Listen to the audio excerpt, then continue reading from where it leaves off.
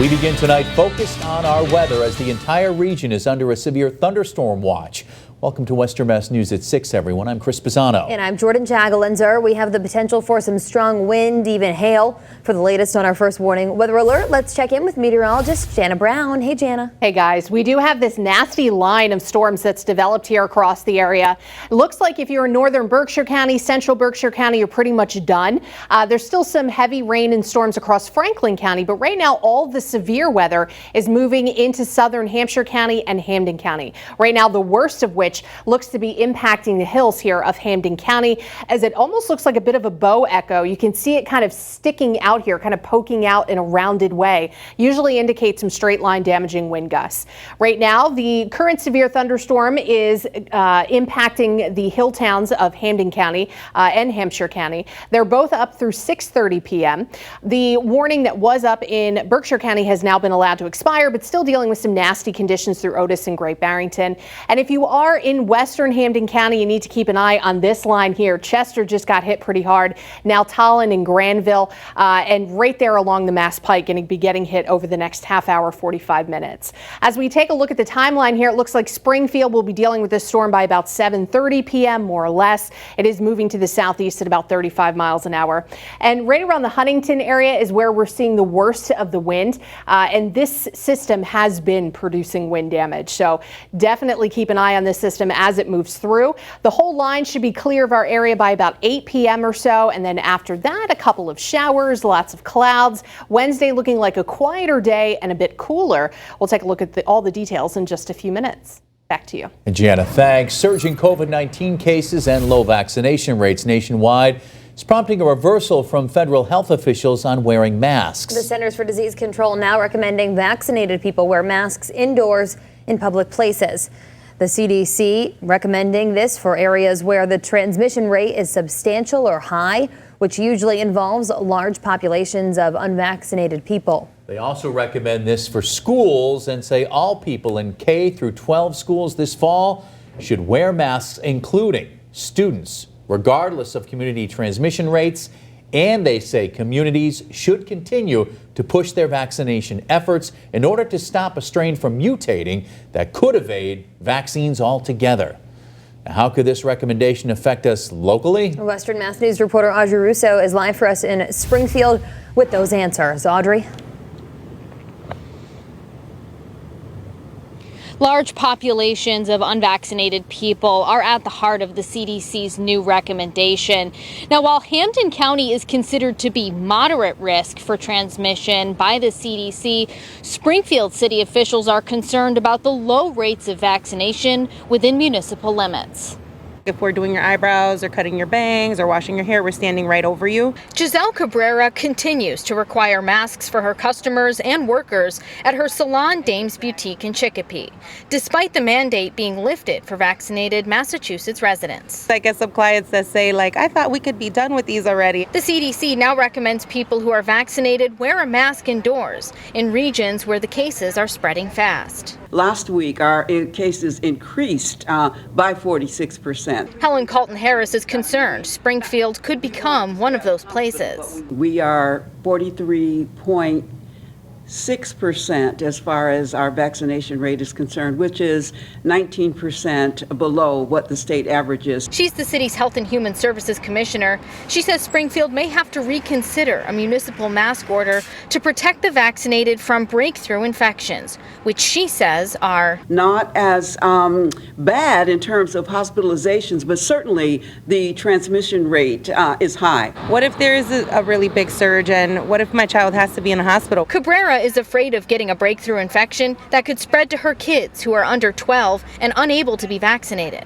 The kids are the ones that are mostly prone, especially with back to school coming right around the corner. The CDC is now recommending everyone wear a mask in school, regardless of their vaccination status. Western Mass News has reached out to state education officials to see if this will change their initial plan to abandon masks this fall. Children don't have that opportunity, and they don't really have a voice. CDC officials today also offering sharp rebuke for people who have the ability to get vaccinated but have chosen not to, saying that this point in the pandemic, this moment right now, could have been prevented if the vaccination rates countrywide were higher. Live in Springfield, Audrey Russo for Western Mass News. The Department of Public Health releasing today's COVID-19 data. The state's positivity rate over the last 7 days sits at 1.83%. There have also been 12 new deaths due to the coronavirus. So far, 61.7% of eligible Massachusetts residents have been fully vaccinated. For a full look at the numbers, check our free Western Mass News streaming app. Now at 6, clearer skies today after the significant haze and smoke in the air from those wildfires in Canada and out west yesterday. Western Mass News reporter Leon Purvis joins us now live in Springfield with the very latest. Leon? Jordan, Chris, as you can see behind me, a clear view of the skyline compared to yesterday. And the people I spoke to are relieved that the haze is pretty much gone for now. Now, many people were caught off guard when this happened yesterday. Haze and smoke coming from the wildfires burning in California and Canada. But today it is a different picture. One person I spoke to tells me she could not see the traffic go by from the river yesterday. No, I didn't see any of it. Nice and clear skies. Actually, after I got out, I was sitting on the park bench for a while, and I was just watching the traffic go by. And it's nice to actually see the traffic go by while I'm taking in the view. Also, Cooley Dickinson tells us they've seen a small uptick in respiratory illnesses in the past 2 days, and they do have advice after the haze has passed through. They tell us in a statement in part, we recommend Hampshire County residents change the air filters in the air conditioners, keep the inside air cool and dry, and limit outside time to 30 minutes at a time if you suffer from moderate to severe respiratory illness. Cooley Dickinson Hospital also adds, in general, your allergies could be worse when there are high particles in the air. Live in Springfield, Leon Purvis, Western Mass News.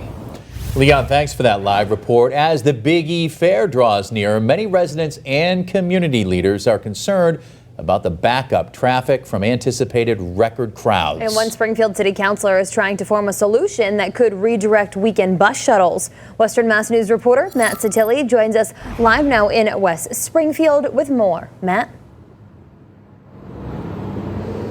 Jordan and Chris, an effort is now underway to build a new kind of partnership between West Springfield and Springfield that would reduce heavy traffic coming in and out of the Big E Fairgrounds 2 months from now.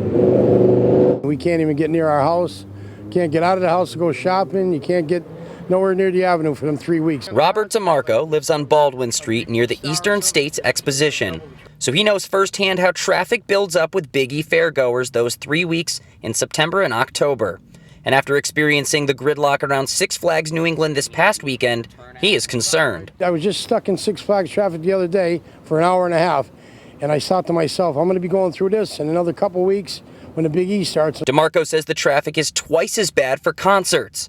The lineup this year begins September 17th with Machine Gun Kelly. Springfield City Councilors opened discussions this week with Big E Security, the Springfield Department of Public Works, and the owner of King Gray Buses to discuss ways to reduce traffic on weekends. A proposed plan would allow shuttle buses to use a DPW roadway near Bondy's Island in Springfield. Bring them through the back part of Circuit Ave into our transportation center, so they would never even be a Memorial or the Rotary or any of those things. But Springfield DPW Chief Engineer Chris Signoli says that's not a possibility this year due to ongoing construction projects. If this were to move forward, which I've said I'm against, but if it did, it would be a major permit modification through DEP. Western Mass News spoke with Tracy Whitfield, who serves on the Springfield City Councilor and works for the town of West Springfield. She's hopeful they can reach an agreement that will benefit everyone. We want it to be as pleasant as possible for visitors in both towns. It's a great economic development tool. And so whatever we can do to make it a more enjoyable experience and have people keep coming back, I think